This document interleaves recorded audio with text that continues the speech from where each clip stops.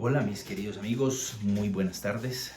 Hoy estamos a 12 de junio del año 2025, a un poquito más de una semana de las elecciones. Hace un par de días he venido escuchando, inclusive de algunas personas que se catalogan cristianas o protestantes o católicas o evangélicas, diciendo que los líderes religiosos no deben participar en política, excluyendo a un líder religioso, ya sea pastor, sacerdote o como se llame la denominación en donde esta persona ejerza como un líder espiritual o religioso. Y esto me llevaba años atrás cuando de alguna manera llegué a pensar en algún momento lo mismo. Y en esa época leía yo este pasaje bíblico que está en el libro de Jueces capítulo 9, versículo de 8 hasta el 15, el cual voy a leerles. Una vez fueron los árboles a elegir rey sobre sí. Quiero hacer un paréntesis ahí y mencionar que los árboles en la palabra de Dios hace referencia a las multitudes de personas, es decir, a la humanidad.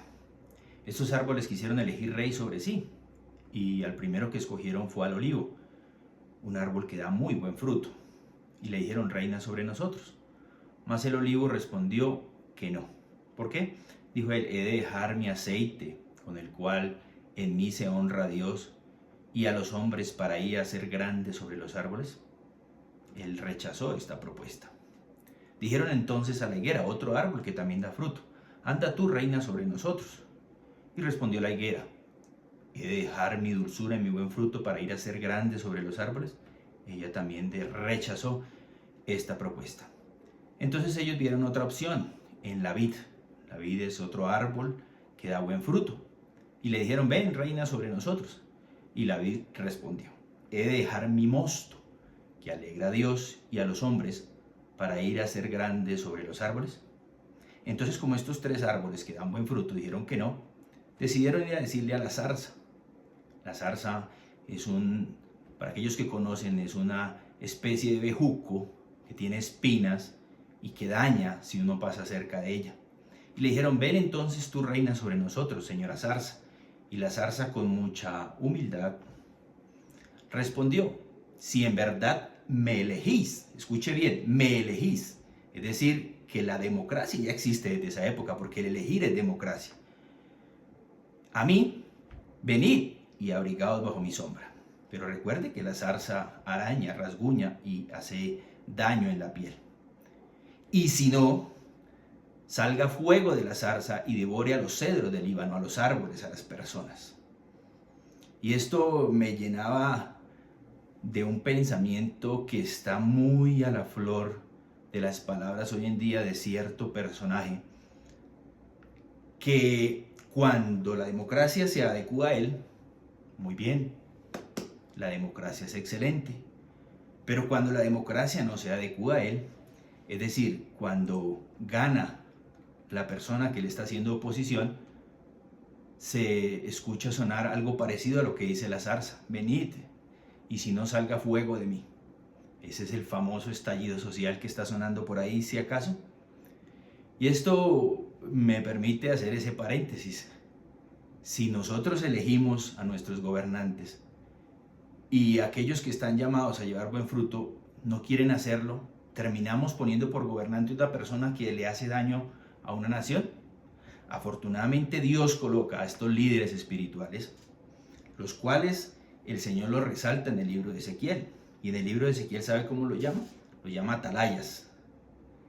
Estos atalayas son personas en la antigüedad que se ubicaban en una parte alta en los muros de las ciudades a fin de detectar al enemigo con anticipación.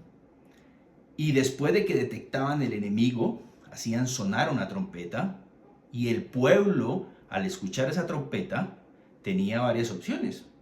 Es decir, oiga, me están alertando, me voy a proteger, me voy a preparar para la batalla o sencillamente me voy a quedar aquí acostado durmiendo esperando que lleguen y me acaben. Estas funciones de la atalaya están enmarcadas primero en la vigilancia y el discernimiento. que le es dado a una persona en el ámbito espiritual para que con antelación vea lo que puede suceder en la nación. Esta persona tenía una posición más alta en el pueblo. Podía ver lo que otros no veían y detectaba con tiempo los peligros que se acercaban. Esto se aplica a nuestro líder espiritual, que es una persona que discierne los peligros que amenazan a la iglesia, que amenazan a las familias y que amenazan a la sociedad. Y no solamente se quedaba en esta función de vigilar y tener discernimiento, se basaba también en la función de advertir o amonestar. Esto quiere decir que no basta con que un líder espiritual, ya sea pastor, sacerdote o padre de familia, que también son líderes espirituales, vea el peligro, sino que debe advertir del peligro, debe anunciarlo, es su deber de decirle, tiene la responsabilidad de alertar y corregir al pueblo. Los líderes espirituales deben advertir cuando una decisión, una enseñanza o una conducta se aparta de la voluntad de Dios.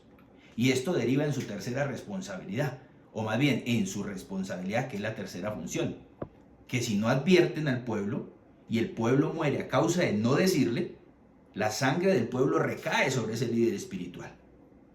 Pero si este líder espiritual advierte al pueblo y el pueblo no atiende la voz, déjeme decirle que la sangre del pueblo recae sobre el mismo pueblo porque ellos fueron advertidos, o fuimos advertidos más bien.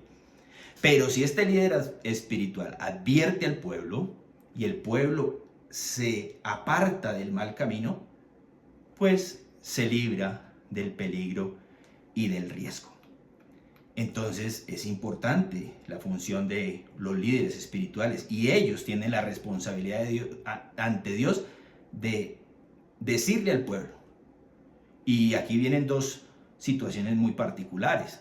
Dice la palabra del Señor: mis ovejas oyen mi voz y me atienden. Y otro pasaje bíblico que dice: el que es de Dios oye a Dios, pero el que no es de Dios no oye a Dios. Entonces la responsabilidad que Dios delegaba en ese momento a Ezequiel no se queda allá. No, señores. Eso se transmite a los pastores, se transmite a los líderes espirituales, se transmite a los sacerdotes, o como los queramos llamar, como decía en un principio, y se transmite a los padres de familia. Todos estos en conjunto tienen el deber, por no decir la obligación, de advertir, de enseñar y de guiar el pueblo conforme a la voluntad de Dios. Pero ese tema que queremos dejar la política a un lado, que Dios no se meta en la política, estamos bastante equivocados. Y se lo quiero dejar a la luz de la palabra. Libro de Colosenses, capítulo 1, versículo 15 al 23, nos habla que todas las cosas, y esta palabra todas es muy diciente. Cuando decimos todo, nada queda por fuera, todo está contenido ahí. Todas las cosas fueron creadas por medio de Él y para Él. Cuando dice Él y para Él, está hablando de Cristo. Pero en el versículo 16 resalta algo muy importante, y es la palabra tronos.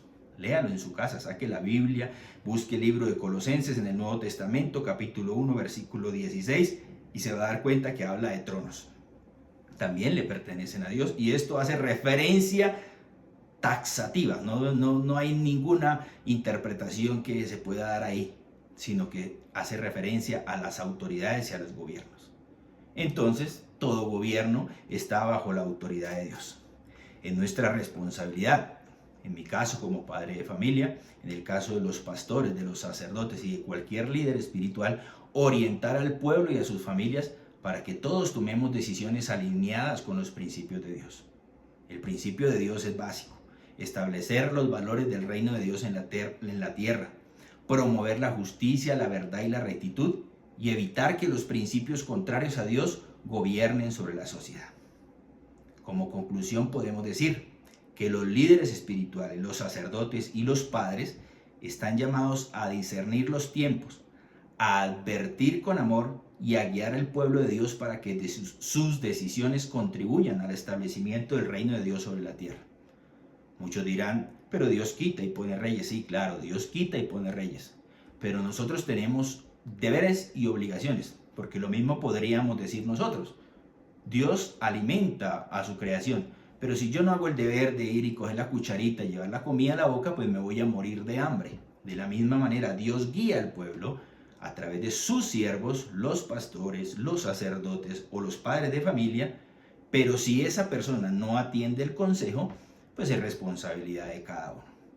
Así que mis queridos amigos, esto lo digo desde la percepción y la luz de la palabra. No son pensamientos míos ni pensamientos vanos, huecos de la humanidad. Son pensamientos que están alineados conforme a lo que dicen las Escrituras.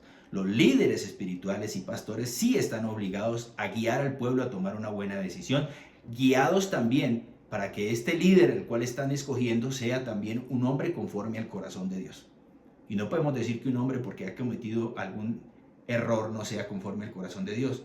Es un hombre que guarda mucha relación con los principios bíblicos, que se aleja de la destrucción de la humanidad, del aborto, de las drogas, del homosexualismo, de la inmundicia, de todo eso. Entonces es nuestro deber como personas que han decidido obtener la palabra de Dios como su luz, atender a estos consejos. Y pues si no los queremos atender, pues cada uno dará cuentas a Dios, eso sí está claro, ¿sí?